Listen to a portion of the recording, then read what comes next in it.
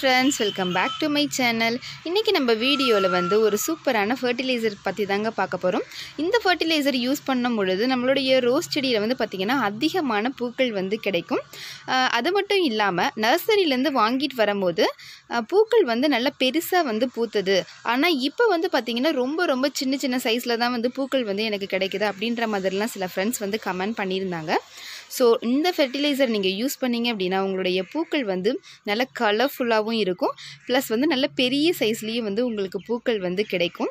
இது வந்து பூச்செடிகளுக்கு மட்டும் கிடையாது. இந்த ஃபெர்டிலைசர் நீங்கள் காய்கறி தோட்டம் மாதிரி நீங்கள் அமைச்சிருந்தீங்கன்னா அதுக்கு நீங்கள் யூஸ் பண்ணும்போது நல்ல ஹீல்டு வந்து உங்களுக்கு கிடைக்கும். ஓகே ஃப்ரெண்ட்ஸ், அந்த ஃபெர்டிலைசரை பற்றி பார்க்கலாம்.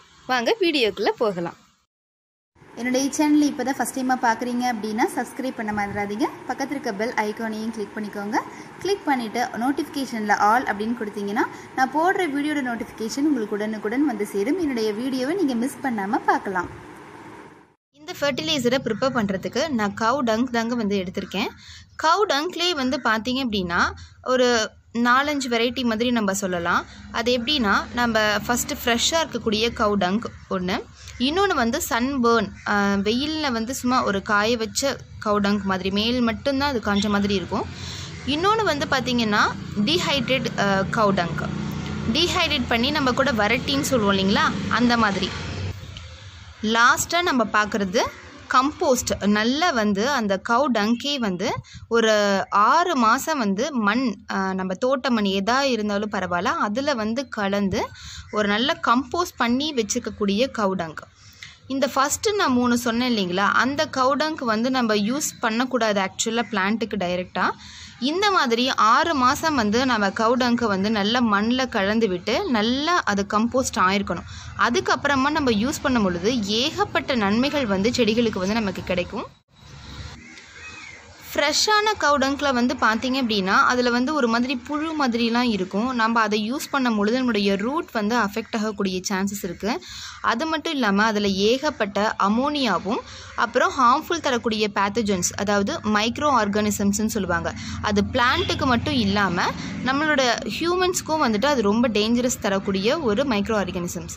ஸோ நம்ம அதை யூஸ் பண்ணக்கூடாது. ஏகப்பட்ட அமோனியா இருந்ததுனாவே நம்ம பிளான்ட்டுக்கு கொடுக்கும் பொழுது அது ரூட் சிஸ்டத்தை அஃபெக்ட் பண்ணிடும், அந்த பேர்ன் பண்ணிடும், பிளான்ட்டே வந்து இறந்து போகக்கூடிய சூழ்நிலை ஏற்பட்டுடும். ஸோ நீங்கள் வந்து உங்களுக்கு கவ் டங்க் வந்து கிடைச்சது அப்படின்னா, இந்த மாதிரி ஆடு மற்றும் இல்லை மாடு கழிவுகள் வந்து கிடைச்சது அப்படின்னா நல்லா என்ன பண்ணுங்கள், ஒரு தோட்ட மண் கலவையில் வந்து அது கலந்து, இல்லைன்னா ஒரு பகுதியில் நீங்கள் ஒரு ஓரமாக கூட நீங்கள் எடுத்து அந்த கொஞ்சம் ஆழமாக நோண்டி விட்டு இந்த மாதிரி மாட்டு சாணத்தை வந்து அதில் கொஞ்சம் போட்டு மண்ணையும் சேர்ந்து நல்லா கலந்து விட்டு மூடி வச்சிட்டிங்கன்னா ஒரு 6 மாதத்தில் நமக்கு நல்ல ஒரு சூப்பரான ஒரு ஃபெர்டிலைசர் வந்து கிடைச்சிடும். இந்த கவ் டங்கில் பார்த்தீங்கன்னா மைக்ரோ அண்ட் மேக்ரோ நியூட்ரியன்ஸ் வந்து இருக்குது. மேக்ரோ நியூட்ரியன்ஸில் நைட்ரஜன் கண்டென்ட் வந்து அதிகமாகவே இதில் இருக்குது. ஸோ இதனுடைய ரேஷியோ பார்த்தீங்க அப்படின்னா 3:2:1, அதாவது 3 மடங்கு நைட்ரஜனும் 2 மடங்கு பாஸ்பரஸும் 1 மடங்கு வந்து பார்த்தீங்க அப்படின்னா பொட்டாசியமும் இருக்குது. நீங்கள் பொட்டாசியம் சத்துக்கள் இன்னும் கொஞ்சம் வேணும் அப்படின்னு நீங்கள் நினச்சிங்க அப்படின்னா ஆட்டினுடைய கழிவு இருக்கு இல்லைங்களா, ஆட்டு எரு இருக்கு இல்லைங்களா, அதை வந்து கலந்துக்கோங்க. அதில் வந்து நிறைய பொட்டாசியம் சத்துக்கள் வந்து இருக்குது. இப்போ பாருங்கள், நான் வந்து இது எடுத்து வச்சா 6 மாதம் ஆகிடுச்சு கிட்டத்தட்ட. சரி, இப்போ நான் வந்து பிளான்ட்டுக்கு கொடுக்கலாம் அப்படின்ற பட்சத்தில் கொஞ்சம் வந்து மறுபடியும் நம்ம வெயிலில் வந்து இன்னொரு தடவை போட்டு எடுத்துடலாம் அப்படின்ட்டு தான் நான் வந்து போட்டு வச்சுருக்கேன். இந்த மாதிரி நம்ம வந்து நல்லா கம்போஸ்ட் பண்ணி இந்த மேன்யூர் நம்ம யூஸ் பண்ணும் பொழுது இதில் இருக்கக்கூடிய எக்ஸஸாக இருக்கக்கூடிய அந்த அமோனியா இருக்குது இல்லைங்களா, அதெல்லாம் வந்து ஃபுல்லாக போயிடும். அது மட்டும் இல்லாமல் நமக்கு கெடுதல் தரக்கூடிய அந்த மைக்ரோ ஆர்கானிசம்ஸும் வந்துட்டு அதனுடைய லெவலே ஃபுல்லாக குறைஞ்சிடும். ஸோ நம்ம அதனால் இந்த மாதிரி கம்போஸ்ட் பண்ணியே நீங்கள் வந்து யூஸ் பண்ணுங்கள். இந்த கவ் டங்க் மேனூரை வந்துட்டு நீங்கள் பாட்டிங் மிக்ஸ் வந்து பண்ணும் பொழுது எடுத்துக்கலாம். அதாவது ஒரு புது செடி வந்து நீங்கள் நட போகிறீங்க அப்படின்னா அதில் வந்து நீங்கள் கலந்து நீங்கள் செடிகளை வந்து நடும்பொழுது நல்ல ஒரு க்ரோத் வந்து உங்களுக்கு கிடைக்கும். அது மட்டும் இல்லாமல் நம்ம இடையில கொடுக்கணும் அப்படின்னு நினைக்கும் பொழுது ஒரு 20 days அல்லது ஒரு 1 month ஒன்ஸ் வந்து நீங்கள் வந்து செடிகளை வந்து சுற்றி வந்து போட்டு விடலாம்.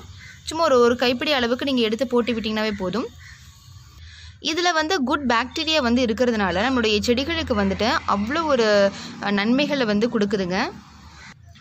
அந்த மண்ணில் வந்து ஈரத்தை தக்க வச்சுக்கக்கூடிய அந்த ஒரு தன்மை, அந்த மாய்ஸ்சர் வந்து கெப்பாசிட்டின்னு சொல்லுவாங்க இல்லையா, அதனுடைய இம்ப்ரூவ் பண்ணி விடுது இது. இன்னொரு யூஸ் வந்து என்னன்னு பார்த்தீங்கன்னா, இது மண்ணினுடைய அந்த காற்றோட்டம் அந்த வசதி இருக்கு இல்லைங்களா, செடிகளுக்கு வந்து நல்ல ஏர் சர்க்குலேஷன் கிடைக்கணும் அப்படின்ற மாதிரிலாம் நம்ம சொல்லியிருப்போம் இல்லைங்களா, அடிக்கடி மண்ணை வந்து கிளறி விடுங்கன்னெலாம் கூட சொல்லுவேன். ஸோ அதெல்லாம் வந்து இம்ப்ரூவ் பண்ணுறதுக்கும் இந்த கம்போஸ்ட் வந்து நமக்கு ஹெல்ப் பண்ணுது. இப்போ நான் செய்ய போகிற இந்த ஃபர்டிலைசரில் கவ் டங்கோட நான் இந்த எப்சம் சால்ட்டும் வந்து சேர்த்திருக்கேங்க. இது வந்து நம்ம ஒரு கைப்பிடி அளவுக்கு ஒரு செடிகளுக்கு வந்து இந்த கம்போஸ்ட் எடுக்கிறோம் அப்படின்னா இது 1 or 2 பிஞ்ச் அளவுக்கு மட்டும் நம்ம எப்சம் சால்ட் வந்து சேர்த்திக்கலாம். இப்போ நான் உங்களுக்கு காமிக்கிறேன். ஜஸ்ட்டு நான் வந்து ஒரு 1.5 கைப்பிடி அளவுக்கு வந்துட்டு இந்த கம்போஸ்ட் எடுத்திருக்கேங்க. அதில் வந்து ஒரு பிஞ்ச் அளவுக்கு வந்து எப்சம் சால்ட் வந்து நான் சேர்த்துறேன். ஸோ இந்த அளவுக்கு மட்டும் நான் எப்சம் சால்ட் வந்து சேர்த்திட்டு இது நல்லா மிக்ஸ் பண்ணிவிட்டு அதுக்கப்புறம் நம்ம செடிகளை சுற்றி கொடுத்துடலாம். ஸோ இங்கே இருக்க செடி தான் இது புதுசாக வச்சது தான். இதுலேயே நல்ல க்ரோத் வந்து இருக்கு. புது தளிர்லாம் அழகாக வந்து எடுத்து வருது. ஸோ நம்ம இதை கொடுக்கும் பொழுது வேர் பகுதி கிட்ட இல்லாமல் கொஞ்சம் அந்த செடிகள்லேருந்து கொஞ்சம் தள்ளி ஒரு 1 inch அந்த மாதிரி தள்ளி சுற்றி வந்து கொடுத்துக்கோங்க. எப்சம் சால்ட்டில் வந்து பார்த்திங்கன்னா ஏகப்பட்ட நன்மைகள் வந்து இருக்குது. ஸோ நான் அதை பற்றி ஒரு தனி வீடியோவே வந்து உங்களுக்கு நான் கொடுக்குறேன்.